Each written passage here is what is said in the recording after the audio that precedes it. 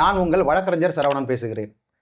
ஏற்கனவே நம்ம பதிவில் முக்கால்வாசி இந்த கடன் பெற்றோர், இந்த வங்கியரால் பாதிக்கப்பட்டிருக்கிறவங்க என்னென்ன நிவாரணம் பெறலாம், என்னென்ன நிவாரணத்தை அவர்கள் பெற்றுக்கொள்ளலாம், அதே போல் இந்த கலெக்ஷன் ஏஜென்ட்டுகள் அவர்கள் செய்யும் அட்ராசிட்டிஸ், தொல்லைகள், இதிலிருந்து எப்படி அவர்களை காத்துக்கொள்ளலாம், மேலும் அவர்களுக்கு தொந்தரவு ஏற்படாமல் இருக்க என்னென்ன காரணிகளை அவர்கள் செயல்படுத்தலாம் என்று சொல்லியிருந்தேன்.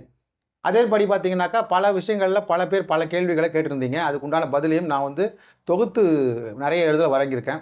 இப்போ பொதுவாக இந்த பதிவில் என்ன பார்க்க போகிறோன்னா, நிறைய பேர் கேட்குறது, நான் மஞ்சள் கடுதாசி கொடுத்துட போகிறேன், என்னால் கடன் பண்ண முடியல. இப்போ இருக்க நிலைமையில் எல்லாருமே கடனாளியாக தான் இருக்காங்க. அதாவது கடன் வாங்கிய 100% பார்த்தீர்களானால் ஒரு 65% பேர் கடனை கட்ட முடியாத நிலைமையில் தான் இருக்கிறார்கள்.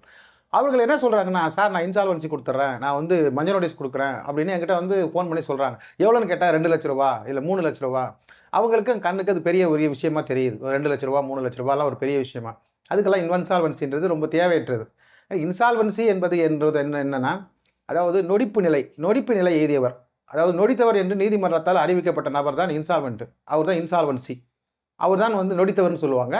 அவர்கள் பார்த்தீங்கன்னாக்கா அந்த இன்சால்வன்சி கொடுக்குறவங்க அதுக்குன்னு ஒரு தகுதி இருக்குது, அதுக்குன்னு இவ்வளோ அமௌண்ட்டுன்னு ஒன்று இருக்கணும். அதாவது இவ்வளோதான் அமௌண்ட்டுக்கு இன்சால்வன்சி கொடுக்கணும்னு அந்த சட்டம் சொல்லலை. அதாவது இந்த சட்டத்தின் பேர் 2 சட்டங்களாக இருக்கிறது. இன்சால்வன்சி என்று மஞ்சள் நோட்டீஸ் அப்படின்னு சொல்லியிருப்பேன் நான். மஞ்சள் நோட்டீஸ் பல காலத்தில் சொல்லக்கூடிய பேர் அது மஞ்சள் நோட்டீஸ் சொல்லுவாங்க. அது 2ஆக இருக்கிறது அந்த சட்டம், ஒன்றாக இல்லை. ஒன்று பார்த்தீர்களானால் சென்னை, கொல்கத்தா, மும்பை 3 இடங்களுக்கும் பிரசிடென்சியல் டவுன் இன்சால்வன்சி ஆக்ட் 1908 இருக்குது. அதே பார்த்தீங்கன்னா இந்த 3 நகரங்களை தவிர மற்ற நகரங்களில் ப்ராவின்ஸுகள் இன்சால்வன்சி ஆக்ட் 1910 அப்படின்னு இருக்குது. இந்த 2 சட்டங்களுமே பார்த்தீங்கன்னாக்கா சட்டங்களில் உள்ள ஷரத்துகள் மட்டும்தான் நம்பர் மாறும், அதாவது பிரிவுகள் மாறுமே தவிர மற்ற செய்திகள் எல்லாம் ஒன்று தான். எல்லா மக்களுக்கெல்லாம் ஒரே ஒரு நிவாரணம் ஒன்று தான், சட்டப்பிரிவுகள் மட்டும் மாறி இருக்கும். அது போல் இது இன்சால்வன்சி, அதாவது நொடித்தவர் என்று இப்போ ஒரு 10 லட்சம் ஐசிஐசிஐ, ஹெச்டிஎஃப்சி, ஆக்சிஸ் பேங்க்கு, அப்புறம் ஐடிஎஃப்சி ஃபஸ்ட்டு, தானி லோன்ஸு, அப்புறம் ஆப் லோன்ஸு, கிரெடிட் பி, அது லெண்டிங் கார்ட்டு, அந்த மாதிரி நிறைய கம்பெனிகள்ஸ் இருக்குது. அதாவது கிட்டத்தட்ட ஃபைனான்சியல் இன்ஸ்டிடியூஷன், நான் பேங்கிங் ஃபினான்ஷியல் இன்ஸ்டிடியூஷன் சொல்லக்கூடிய வங்கி பணி அல்லாத பணிகளை செய்யும் வங்கிகள் பார்த்தீங்கன்னா 1500க்கும் மேலே தான் இந்தியாவில் இருக்குது. அவ்வளோ வங்கிகள் இருக்குது.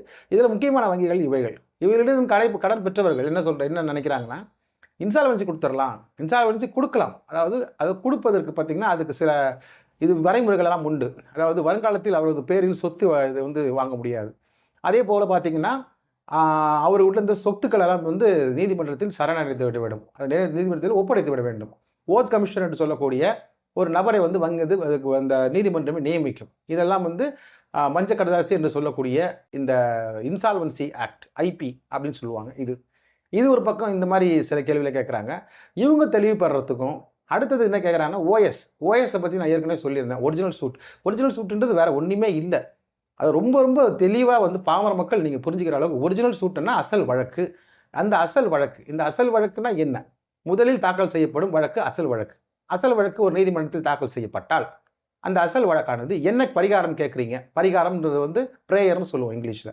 பரிகாரம் என்ன கேட்குறாங்கன்னா, இதே போல் நான் கடன் வாங்கியிருந்தேன், இந்த கடனை என்னால் செலுத்த முடியவில்லை, அதற்கான நேரம் சூழ்நிலை சரியில்லை, ஆனால் என் கடனை கேட்டு வங்கியில் இருந்த நபர்களோ அல்லது ஏஜென்சி அவர்களோ என்னிடம் தொல்லை செய்கிறார்கள், என் வீட்டுக்கு அடாவடித்தனம் செய்கிறார்கள், தொல்லை கொடுக்கிறார்கள், அதே போல் சொல்லக்கூடாத வார்த்தைகளை சொல்லி திட்டுகிறார்கள் அப்படின்னு உங்களுக்கு என்னென்ன நேர்ந்ததோ இதெல்லாம் சொல்லி அதை போன்ற நபர்கள் என் வீட்டிற்குள் நுழையக்கூடாது, என்னுடைய இடத்திற்கு, என்னோட பணி செய்யும் இடத்திற்கு வரக்கூடாது என்று ஒரு நீதிமன்றத்தில் போட்டு வாங்கிறதுக்கு பேர் தான் ஓஎஸ். ஒரு நீதிமன்றம் ஒரு ஆணை பிறப்பிக்கலாம். அவர்கள் சம்பந்தப்பட்ட நபருக்கு சம்மன் அனுப்புவார்கள் அந்த வங்கிக்கு. பெரும்பாலும் வங்கியர்கள் யாரும் அந்த சம்மனுக்கு ஆஜராக மாட்டார்கள். எனவே என்ன பண்ணும் இந்த நீதிமன்றமானது, அவர்கள் கேட்ட அந்த இதை கொடுத்துரும். அதாவது என்ன பரிகாரம் கேட்டீர்களோ, அதாவது நான் பரிகாரம் நீங்கள் கேட்டது ப்ரேயர், கடைசியில் சொல்லிட்டு ப்ரேயர் சொல்லுவீங்க. ப்ரேயரில் இந்த மாதிரி it is prayed this honourable court அப்படின்னு சொல்லிட்டு இது போல் வரக்கூடாது, நீங்கள் ஏதோ இதுக்கு தகுந்த ஒரு உத்தரவு பிறப்பிக்கும்படி, அது வேறு ஏதாவது உத்தரவுகள் பிறப்பிக்கும்படி கேட்டுக்கொள்கிறோம்னு நீங்கள் ப்ரேயர் கொடுத்துருப்பீங்க. அந்த ப்ரேயரின் பிரகாரம் அந்த குறிப்பிட்ட காலத்துக்கு யாரும் வரக்கூடாது என்று இன்ட்ரீம் இன்ஜெக்ஷன் ஆர்டர், இடைக்கால உறுத்துக்கட்டளை கொடுக்கலாம். அல்லது நிரந்தரமாகவே இந்த வங்கியை சார்ந்த நபர்கள் யாருமே வரக்கூடாது என்று பெர்மனன்ட் இன்ஜெக்ஷன் ஆர்டர், அதாவது நிரந்தர உறுத்து கட்டளை இப்படி கொடுக்கலாம். இதெல்லாம் ஏற்கனவே நான் நிறைய பதிவில் சொல்லியிருக்கேன். இப்போ நான் எதுக்கு பதிவில் சொன்னதே திருப்பியில் சொல்லியிருக்கேன்னா, இது இரண்டுக்கும் உள்ள வேறுபாடுகளை நீங்கள் அறிய வேண்டும். அதாவது மஞ்ச கடுதாசி மற்றும் ஓஎஸ். மஞ்ச கடுதாசியோட நிலைமை என்ன? அதற்கு தகுதியான நபர்கள் யார்? ஓஎஸ்க்கு உண்டான தகுதியான நபர்கள் யார்? இப்போ முதல்ல மஞ்ச கடுதாசிக்கு வருவோம். மஞ்ச கடுதாசி என்று சொல்லப்படுவது இன்சால்வன்சி ஆக்ட். அது ஏற்கனவே 2 சட்டம் என்று சொல்லியிருக்கிறேன். இந்த சட்டம் வந்து மாநில வாரி, அதாவது நகரங்களின் பின்னணியில் இது வந்து பிரிக்கப்பட்டிருக்கிறது. இது வந்து வெள்ளையர்கள் காலத்தில் இயற்றப்பட்ட ஒரு சட்டம். அதனால் இது வந்து பிரிக்கப்பட்டிருக்கிறது. அதாவது நகர்ப்புறங்களிலும் அதாவது மாநகரங்களிலும் நகர்ப்புறங்களிலும் உள்ள சட்டங்கள் வேறு வேறு பெயர்களில் இருக்கிறது. ஆனால் பரிகாரம் ஒன்று தான் சொல்லியிருந்தேன். அதே போல பார்த்தீர்களானால் 2016 பார்த்தீங்கன்னா இன்சால்வன்சி அண்ட் பேங்க்ரப்சி கோடுன்னு ஒன்று கொண்டு வந்தாங்க. இது பெரும் நிறுவனங்களுக்கு அதாவது லிக்விடேஷன், அதாவது வந்து கலைத்தல், நிறுவனம் கலைத்தல் அல்லது நிறுவனம் வந்து செயலிழந்து போதல், இது பற்றி வந்து இது வந்து 2016 இன்சால்வன்சி அண்ட் பேங்க்ரப்சி கோடை வந்து நமது மத்திய அரசாங்கம் அமலுக்கு கொண்டு வந்தது. அது சில சட்ட திருத்தங்களையும் கொண்டு வந்திருக்கிறது. அது தனி, இது தனியாருக்கு உட்பது. அது வந்து வங்கியும் தனியாரும் சேர்ந்தும் அதில் செல்லலாம். இந்த சட்டத்தையும் நம்ம வந்து பயன்படுத்தலாம். இந்த பழைய சட்டம் இன்னும் வந்து வழக்கில் தான் இருந்து வருகிறது. இந்த சட்டத்தின் மூலமாக பயன்படுத்தலாம். அதாவது இந்த மஞ்ச நோட்டீஸ் என்று சொல்லக்கூடிய இந்த கடிதம், இந்த ஒரு பெட்டிஷனை வந்து ஃபைல் பண்ணுறதுக்கு என்ன விதமான தகுதி, என்ன விதமான நிலையில் அவர்கள் இருக்க வேண்டும்? அதாவது பார்த்தீர்களானால், அதாவது வாழ்க்கையின் ஒரு எந்த விதமான பொருளும் அவரிடம் இல்லை. ஒரு பெரிய நிறுவனம் வந்து நலிவடைந்து விட்டது, ஒரு தொழிற்சாலை நலிவடைந்து விட்டது, ஒரு தொழில் நலிவடைந்து விட்டது, வேலை போய்விட்டது. நல்ல ஒரு வேலையில் இருந்தவங்க வேலையில் இறந்துட்டாங்க. அந்த வேலைக்கான வருமானம் இல்லை. ஆனால் கடன் சுமை பார்த்தீங்கன்னாக்கா லட்சக்கணக்கில் கடன் இருக்குது. தனியார்கிட்டையும் வாங்கியிருக்கலாம். தனிநபர்கள்கிட்ட வந்து செக்கில் கையெழுத்து போட்டு அல்லது ப்ரோ நோட்டில் எழுதி கொடுத்து, அந்த மாதிரி பாண்ட் பேப்பரில் எழுதி கொடுத்து. இதில் பாண்ட் பேப்பரில் எழுதி கொடுத்தது எப்போவுமே செல்லாது. அது ஞாபகம் வச்சுங்க. அது வந்து செயல்படுத்த முடியாது. ஒரு பாண்ட் பேப்பரில் எழுதி கொடுத்து அதில் கையெழுத்து போட்டாங்கன்னா, வெத்து பேப்பரில் கையெழுத்து வாங்கினா அது செல்லவே செல்லாது. ஏனென்றால் அது வந்து மிரட்டி வாங்கினா கூட சொல்லிடலாம், இவர்களை மிரட்டி வாங்கப்பட்ட கையெழுத்து இது என்று அழகாக அதை சொல்லி நீதிமன்றத்தில் சொல்லிவிடலாம். அது தெரிதலாது. ஆனால் செக் கொடுத்திருந்தால் செக்கை வைத்து அவர்கள் செக் டிஸ்ஆனர் கேஸ், செக் மோசடி வழக்கை தொடரலாம். அந்த வழக்கை தொடர்ந்தாலும் அவர்களுக்கு எந்த விதமான பலனும் இருக்க போவதில்லை என்று ஏற்கனவே சொல்லியிருந்தேன். ஏனென்றால் ஒரு செக் மோசடி வழக்கு கிட்டத்தட்ட மேக்சிமம் 35 வருஷம் வரைக்கும் கூட அந்த வழக்கு வந்து உயிரோடு இருக்கலாம். கடன் கொடுத்தவரும் இருந்து விடுவார், கடன் பெற்றவரும் இருந்து விடுவார், வழக்கு மட்டும் உயிரோடு இருக்கும். அந்த மாதிரி நிலையில் தான் அந்த செக் மோசடி வழக்கு இப்போது நிலைமையில் இருந்து கொண்டு வருகிறது. அதுக்குன்னு எல்லா வழக்கும் அது மாதிரி ஆனதும் சொல்ல வரல. சில வழக்குகளில் வந்து தீர்ப்புகள் கொடுத்து அதை செயல்படுத்தி அதை வந்து அட்டாச்மெண்ட் மூலமாக சொத்து இருந்தால் சொத்தை வைத்து அட்டாச்மெண்ட் செய்து அதை வந்து எடுத்துக்கொள்கிறார்கள். நான் என்ன சொல்ல வருகிறேன் என்றால், இந்த இன்சால்வன்சி இதற்கு வந்து என்கிட்ட கேள்வி கேட்குறவங்களுக்கு உண்டான பதில் என்னன்னா, நீங்கள் நொடித்தவராக இருக்க வேண்டும். அதாவது உங்களிடம் வந்து 100 அது சட்டம், இதில் சட்டம் என்ன சொல்லுது, நான் என்ன சொல்கிறேன்னு அதை தனியாக சொல்லிடுறேன். சட்டம் என்ன சொல்கிறது, அதாவது இந்த பிரசிடென்சியல் டவுன் இன்சால்வன்சி ஆக்ட் 1908 பிரகாரம் ஒரு நொடித்தவர் என்பவர் தன்னிடம் 100 ரூபாய்க்கு மேல் பொருள் இல்லாதவராக இருக்க வேண்டும் அப்படின்னு சொல்லுது. 100 ரூபாய்க்குள்ள இருக்க பொருள் தான் அவர்கிட்ட இருக்குது. அதுக்கு மேலே மதிப்புள்ள பொருட்கள் இல்லை என்று சட்டம் சொல்லுகிறது. இப்போ வந்து சட்டம் சொல்லிடுச்சுன்னா அந்த 100 ரூபாய்க்கு மேலே யாரும் வச்சு இல்லாமல் இருக்க முடியாது. அட்லீஸ்ட் ஒரு ஷர்ட் கூட பார்த்தீங்கன்னாக்கா 400 ரூபா, ஒரு பேண்ட் ஒரு 700 ரூபா. ஸோ ஒரு 1500 ரூபா பேண்ட் ஷர்ட்டாவது போட்டிருக்க தான் வேணும். ஒரு அட்லீஸ்ட் ஒரு செல்ஃபோன் வச்சிருக்கலாம், ஒரு 1000 ரூபா இருக்கலாம். ஆனால் சட்டம் சொல்லியிருக்க வார்த்தை என்னவென்றால், ஒரு 100 ரூபாய்க்கு மிக எந்த ஒரு பொருளும் அசையா சொத்து என்னிடம் கிடையாது. இது வந்து அந்த காலத்தில் எழுதப்பட்ட சட்டம் என்பதால் 100 ரூபாய் அப்போது பெரிய வந்து ஒரு தொகை என்பதால் அப்போது அந்த 100 ரூபாயை சொல்லி அந்த சட்டத்தில் இருந்தது, இன்று வரை இருந்து வருகிறது. ஸோ ஒரு 100 ரூபாய்க்கு மேல் எந்த பொருளும் தன்னிடம் இல்லை என்று சொல்பவர் வந்து அந்த நீதிமன்றத்தை அணுகி சப்கோர்ட் என்று சொல்லக்கூடிய அந்த டிஸ்ட்ரிக்ட் கோர்ட்டில் இருக்கக்கூடிய சப்கோர்ட், டிஸ்ட்ரிக்ட் கோர்ட்டில் வந்து பார்த்தீங்கன்னாக்கா செஷன்ஸு, பிரின்சிபல் செஷன்ஸு, சப்கோர்ட்டு அப்படின்னு நிறைய இருக்கும். அதில் சப்கோர்ட்டில் வந்து இந்த வழக்கை வந்து, அதாவது நொடித்தவர் சட்டம் பிரிவு 4 மற்றும் பிரிவு 10 கீழ் வந்து இவர்கள் வழக்கு தொடுக்கலாம். இந்த வழக்கு தொடுத்து வழக்கில் வந்து வாதியாக யார் வந்துன்னா அந்த கடன் வாங்கினவங்க வாதியாகவும், கடன் வந்து கொடுத்தவர்கள் பிரதிவாதியாகவும் சேர்க்கப்படுவார்கள். இதில் வாதி பிரதிவாதி இரு பேரும் சேர்க்கப்பட்டு அதன் கீழ் அவர்களும் வாங்கப்பட்ட கடன் தொகை அதெல்லாம் செலுத்தி என்னிடம் 100 ரூபாய்க்கு மேல் எந்த சொத்தும் இல்லை என்று நீங்கள் உறுதியளித்து அதை சான்றளித்து அதை நீங்கள் நீதிமன்றத்தில் நீங்கள் மனுவை தாக்கல் செய்யலாம். உண்மையில் இதற்காகக்கூடிய செலவு என்பது பார்த்தீங்கன்னா நீதிமன்ற கட்டணம் 100 ரூபாய் மட்டும்தான். நீங்கள் பல கோடிக்கு வந்து நீங்கள் செலுத்த வேண்டும் என்று நீங்கள் இருந்தாலும் கூட உங்களுக்கு உண்டான கட்டணம் 100 ரூபாய் தான். இந்த 100 ரூபாய் கட்டணத்தை நீங்கள் நீதிமன்றத்துக்கு செலுத்தினால் உங்கள் வழக்கு எடுத்துக்கொள்ளப்படும். ஒரு ஐபி நம்பர் கொடுக்கப்படும். அந்த ஐபி நம்பர் மூலமாக இந்த வழக்கு நடந்து கொண்டிருக்கும். இந்த வழக்கு நடக்கும் வேளையில் உங்களிடம் கடன் கொடுத்தவர்கள் உங்களிடம் வந்து நேரடியாக எதுவும் பேசக்கூடாது. இது வந்து சட்டமா எதுவும் சொல்லல. ஏன் மரபுன்னு ஒண்ணு இருக்கு இல்லையா? மரபு பிரகாரம் பார்த்துட்டீங்களானால், அவர்களுக்கு ஒரு பிரைவேட் நோட்டீஸ் ஒண்ணு முதல்லயே வந்து குடுத்துறணும். 2வது பார்த்தீங்கன்னாக்கா, வங்கி வங்கின்னு வருது. இந்த நீதிமன்றம் மூலமாக அவர்களுக்கு நோட்டீஸ் செல்லும். அது கிளைமன்ட் நோட்டீஸ் என்று சொல்லுவார்கள். கிளைமன்ட் என்பவர்கள் இவர்கள் தான். கடன் கொடுத்தவர்கள். கடன் வாங்கியவரிடம் என்னென்ன சொத்துக்கள் உள்ளது, அதை வந்து எப்படி எத்தனை பேர் பணம் கொடுத்திருக்கிறார்கள், அது எவ்வளவு தேரும், எவ்வளவு இருக்கும், அதை வந்து கிளைம் செய்வதற்காக அவர்களுக்கு 60 நாள் டைம் கொடுக்கப்படும். அந்த 60 நாள் டைமுக்குள்ள நீதிமன்றத்தில் அந்த பாதிக்கப்பட்டவர் என்று சொல்லப்படக்கூடிய அந்த கடன் கொடுத்தவர் ஆஜராகி அந்த கிளைமன்ட் பெட்டிஷனை அவர்கள் அங்கு போட வேண்டும். கிளைமன்ட் பெட்டிஷனை போட்டு இந்த வழக்கில் ஒரு 60 பேரை சேர்த்திருந்தா 60 நாள் டைம் கொடுப்பாங்க. அந்த 60 பேரில் எத்தனை பேர் வந்து இந்த வழக்குக்கு வர்றாங்க, சொத்து வந்து இந்த நீதிமன்றத்தில் ஒப்படைக்கப்பட்ட சொத்துக்கு யார் வந்து உரிமை கோருகிறார்கள் என்று நீதிமன்றம் கூர்ந்து கவனிக்கும். அந்த 60 நாளில் ஒரு 20 பேர் தான் வராங்கன்னா அந்த 20 பேரை எடுத்துக்கொண்டு பாக்கி 40 பேரை நீதிமன்றம் அடித்துவிடும். இப்போ வாதிக்கும் பிரதிவாதிக்கும், வாதியானவரும் பிரதிவாதியான 20 பேருக்கு மட்டும்தான் வழக்கு. இந்த வழக்கு வந்து இது போயிட்டு இருக்கும். இதுல வந்து நிவாரணம் என்ன என்று பார்த்தால், இது இந்த இந்த சட்டத்தில் நொடித்தவர் என்று அறிவித்து விட்டால் அவர் வாங்கிய பணத்தை செலுத்த வேண்டிய அவசியம் கிடையாது. அவர் வாங்கிய எந்த நிறுவனத்தில் இருந்தாலும் சரி, எந்த தனியாரிடம் இருந்தாலும் சரி, எந்த தனிநபர் தண்டலுக்கு விடுபவர், வட்டிக்கு விடுபவர் யாரிடம் இருந்தாலும் சரி, அவர் செலுத்த வேண்டிய அவசியம் கிடையாது. அந்த பணத்தை செலுத்த வேண்டிய அவசியம் கிடையாது. அதே போல எதிர்காலத்தில் அவரது பேரில் சொத்துக்கள் எதுவும் வாங்க முடியாது. அவர்கள் பேரில் சொத்துக்கள் வாங்க முடியாது. நிறுவனங்களை தொடங்க முடியாது. அதாவது இந்த நிறுவனங்கள் பார்த்துருப்பீங்க, பிரைவேட் லிமிடெடு, ப்ரொப்ரைட்டர்ஷிப்பு, பார்ட்னர்ஷிப்பு, இதே போல நிறுவனங்களை தொடங்கினீங்கன்னா அதில் உங்கள் பங்கு இருக்கும், உங்கள் தொகை இருக்கும், உங்களோட அமௌண்ட் இருக்கும், சொத்தாக வந்துடுது. அப்போ அந்த சொத்து வந்து இது நீதிமன்றத்தை சார்ந்து பாதிக்கப்பட்டவர்கள் தான் அங்கே கழிக்க முடியும். அதே போல் தொடங்க முடியாது. இதுதான். இதை தவிர நிறைய புரளையை வந்து களை போட்டுட்டு இருக்கிறாங்க. நிறைய பேர் வந்து சில வழக்கறிஞர்களும் அடக்கம். என்னவென்றால், உங்களது பேன் கார்டை வாங்க வச்சுப்பாங்க, உங்களோட ஆதார் கார்டை வாங்கி வச்சுப்பாங்க, உங்கள் ஆதார் கார்டு செல்லுபடி ஆகாது, உங்கள் ரேஷன் கார்டு செல்லுபடி ஆகாது. இதெல்லாம் முற்றிலும் தவறு. அப்படிப்பட்ட எந்த நடவடிக்கையும் நீதிமன்றம் மேற்கொள்ளாது. இதை இன்சால்வன்சி கொடுப்பவர்கள் புரிந்து கொள்ள வேண்டும். எதிர்காலத்தில் நீங்கள் சொத்து வாங்க முடியாது, அவ்வளவுதான். அதே போல உங்களது பிள்ளைகளையோ, உங்களது தந்தையோ, உங்கள் தாயையோ, உங்களது மனைவியோ இது எந்த விதத்திலையும் பாதிக்காது. அவர்கள் சொத்துக்கும் இதுக்கும் சம்பந்தமே கிடையாது.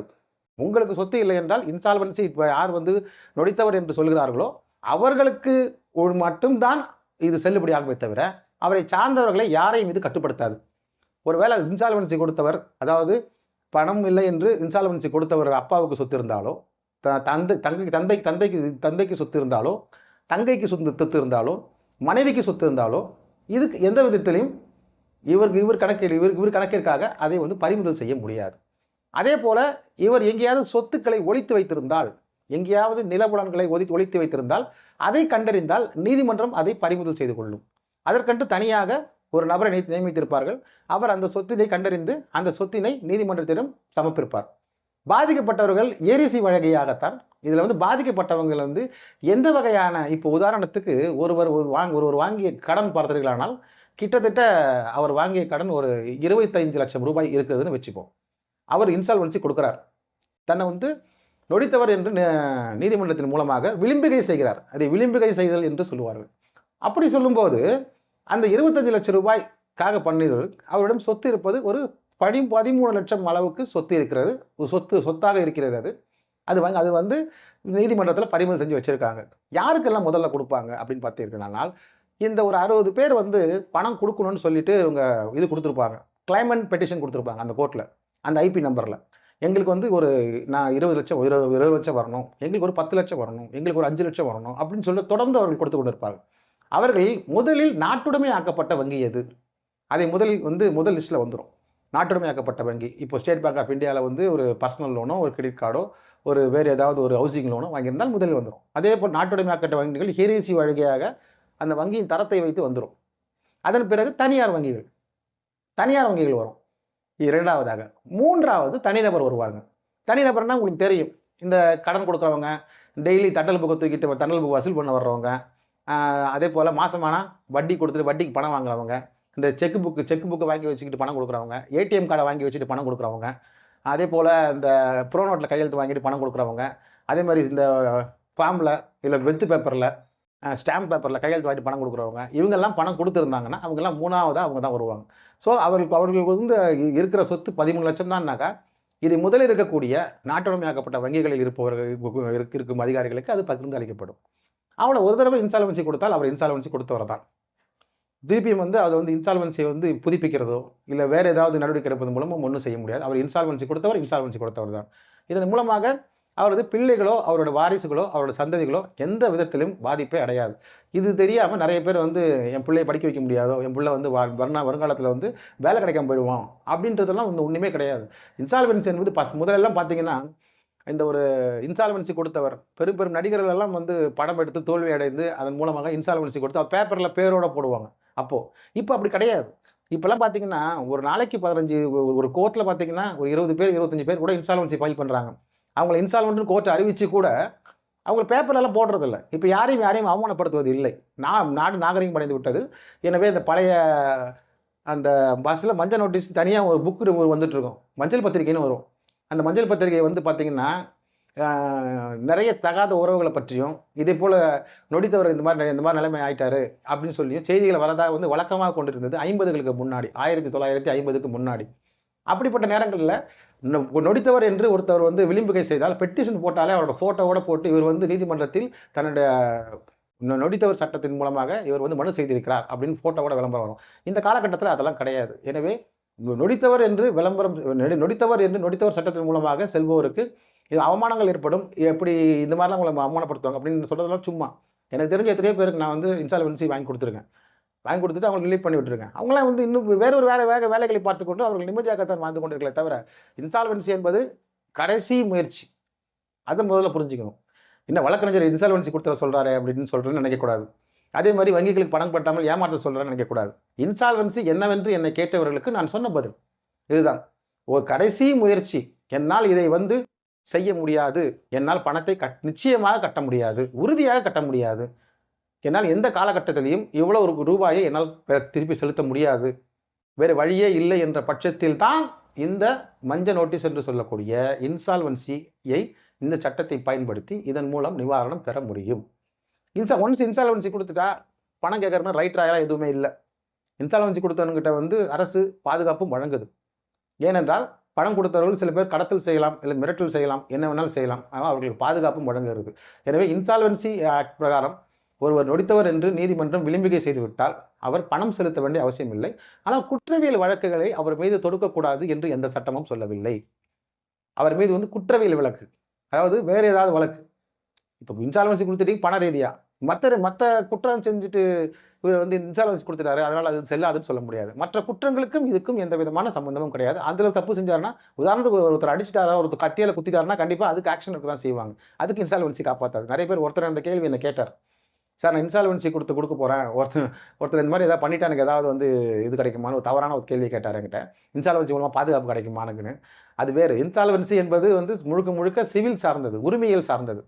குற்றவியல் நடவடிக்கை ஈடுபட்டினானால் கண்டிப்பாக ஒரு வாரண்ட் போன்ற விஷயங்களையோ இல்லை நீங்கள் வந்து உங்களை இப்போ போலீஸ் வேறு வகையில் தேடுகிறது என்பதோ இந்த இன்சால்வன்சி அதை கட்டுப்படுத்தாது என்பதை மிக தெளிவாக நான் இப்போ சொல்லிவிட்டேன்னு நினைக்கிறேன்.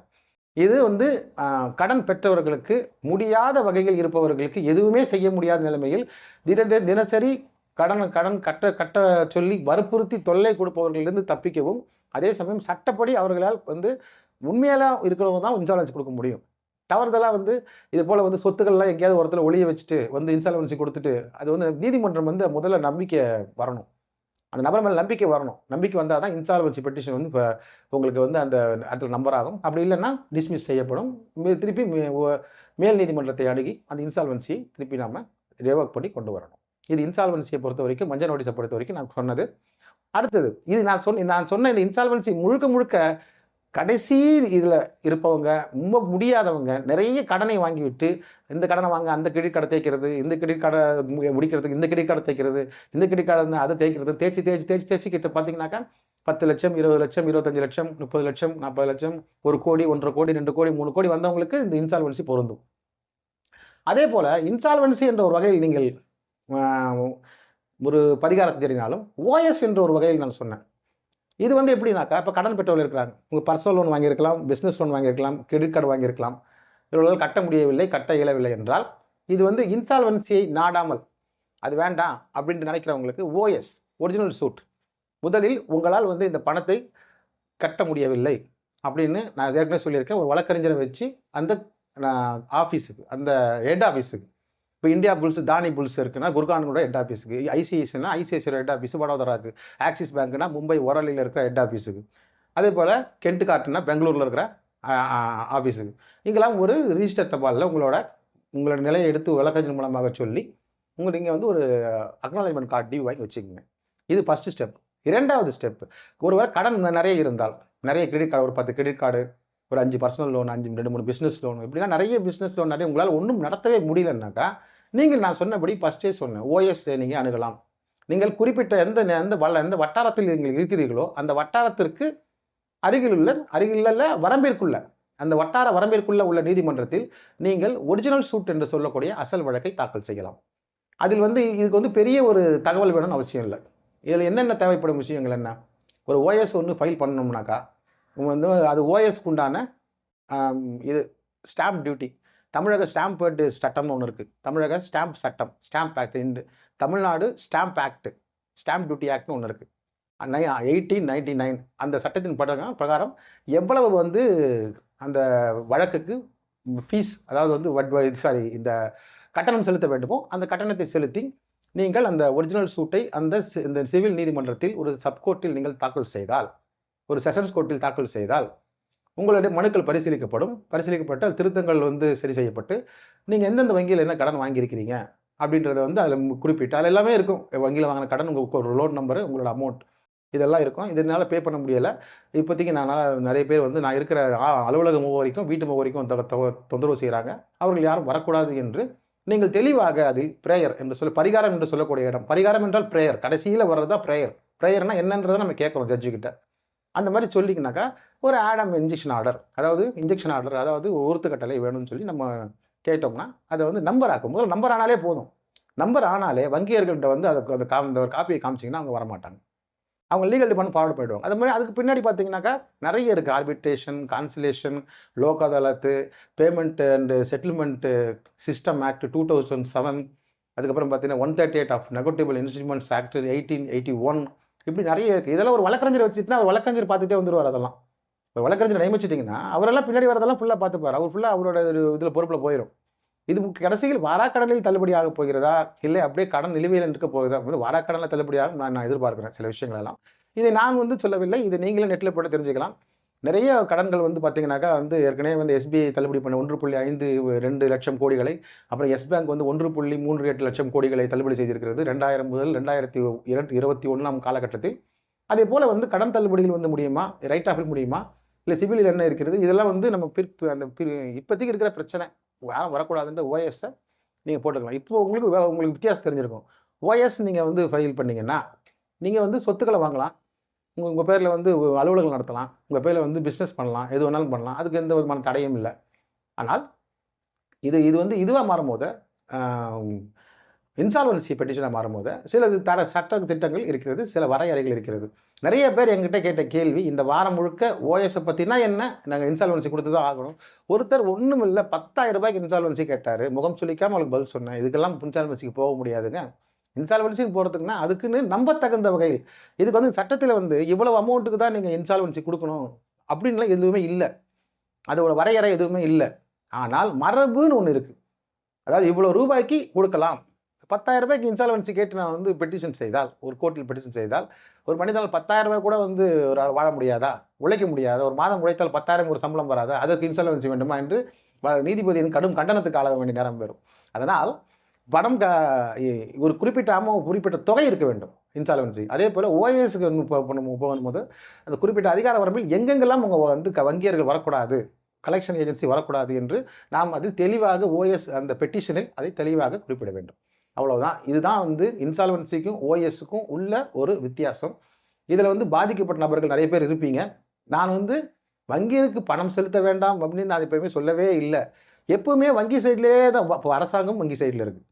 அரசாங்கம் வந்து வங்கி சைடு இது வரைக்கும் அரசாங்கம் ஏதாவது கண்டுக்குச்சா? எத்தனையோ தற்கொலைகள் நடந்து விட்டது. அரசாங்கம் வந்து அதை பற்றி எது விதமான கொள்கை முடிவும் எடுக்கவில்லை. அதே போல் வேறு எந்த விதமான ஒரு அமைப்போ எந்த ஒரு கட்சியோ இது சம்பந்தமாக இந்த வங்கியர்கள் பாதிக்கப்பட்டதை பற்றி எதுவும் குரல் எழுப்பவில்லை. இதுக்கு பாதிக்கப்பட்டவர்கள் என்று தனியாக சங்கம் இருக்கிறதா, அது பங்கம் வந்து பெரிய சங்கமாக இருக்கிறதா என்றால் யாராலும் இல்லை. இப்போ யாருமே வந்து இந்த கடன் வாங்கியவர் இந்த கடன் வாங்கி கட்ட முடியாதவருக்கு சப்போர்ட்டுக்கு வராத சூழ்நிலையில் அவர்கள் என்ன செய்ய வேண்டும் என்று நான் சொல்லுகிறேன். அவர்கள் என்ன செய்யலாம், என்னென்ன செய்யலாம் உங்களை தற்காத்துக்கொள்ள, உங்களை வந்து தற்காத்துக்கொள்ள, உங்களுக்கு வந்து இப்படி இருக்கிற பிரச்சனையை சமாளிக்க என்னென்ன விதிமுறைகளை நீங்கள் பின்பற்றலாம், என்னென்ன வழிகளில் சென்றால் உங்களுக்கு பாதுகாப்பு கிடைக்கும், எந்தெந்த வழிகளில் சென்றால் உங்களுக்கு நிவாரணம் பெறலாம் என்பதை மட்டும் நான் சொல்லுகிறேன். நான் இதை வங்கிக்கு எதிர்ப்பாக சொல்லவே இல்லை. இப்போ நான் சொன்ன மட்டும் நான் கடன் வாங்குறதை விட்டுற போதா? அப்படின்னு ஒன்றும் கிடையாது. அதாவது வங்கியர் இப்படி நடந்தால் நீங்கள் இப்படி செல்லலாம், இந்த வழியில் அவர்கள் வந்தால் நீங்கள் இந்த வழியில் செல்லலாம் என்று உங்களுக்கு ஒரு பாதையைத்தான் நான் காட்டியிருக்கிறேன். எனவே நீங்கள் சொல்றது தெளிவாக புரிஞ்சிருக்கும்னு நினைக்கிறேன். மேற்கொண்டு இதை பார்த்து கொண்டிருக்கும் எனது நண்பர்கள் மற்றும் முகநூல் நண்பர்கள், அப்புறமா யூடியூப் நண்பர்கள், நீங்கள் எல்லாருமே வந்து நீங்கள் இதை ஷேர் பண்ணணும்.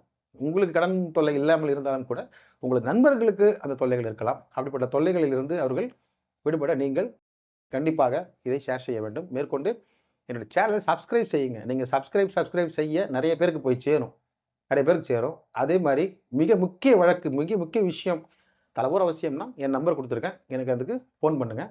சப்போஸ் ஃபோன் நம்பர் கிடைக்கலன்னா 2 நம்பர் இருக்குது, 2க்கும் வாட்ஸ்அப் நம்பர் இருக்குது. 2 வாட்ஸ்அப்லேயும் உங்களோட குறையை தெளிவான தமிழில் டைப் செஞ்சு அனுப்புங்க, இல்லை இங்கிலீஷில் டைப் பண்ணி அனுப்புங்க. புரியுதுங்களா? வாய்ஸ் மெசேஜ் போடாதீங்க, பெரும்பாலும் இதுவாக அனுப்புங்க, மெசேஜாக அனுப்புங்க. நான் உங்களுக்கு அதிலே தீர்வு சொல்கிறேன். மீண்டும் சொல்கிறேன், ஒரு முறை நீங்கள் கண்டிப்பாக சப்ஸ்கிரைப் செய்யுங்கள். நன்றி. உங்கள் சரவணன். வணக்கம்.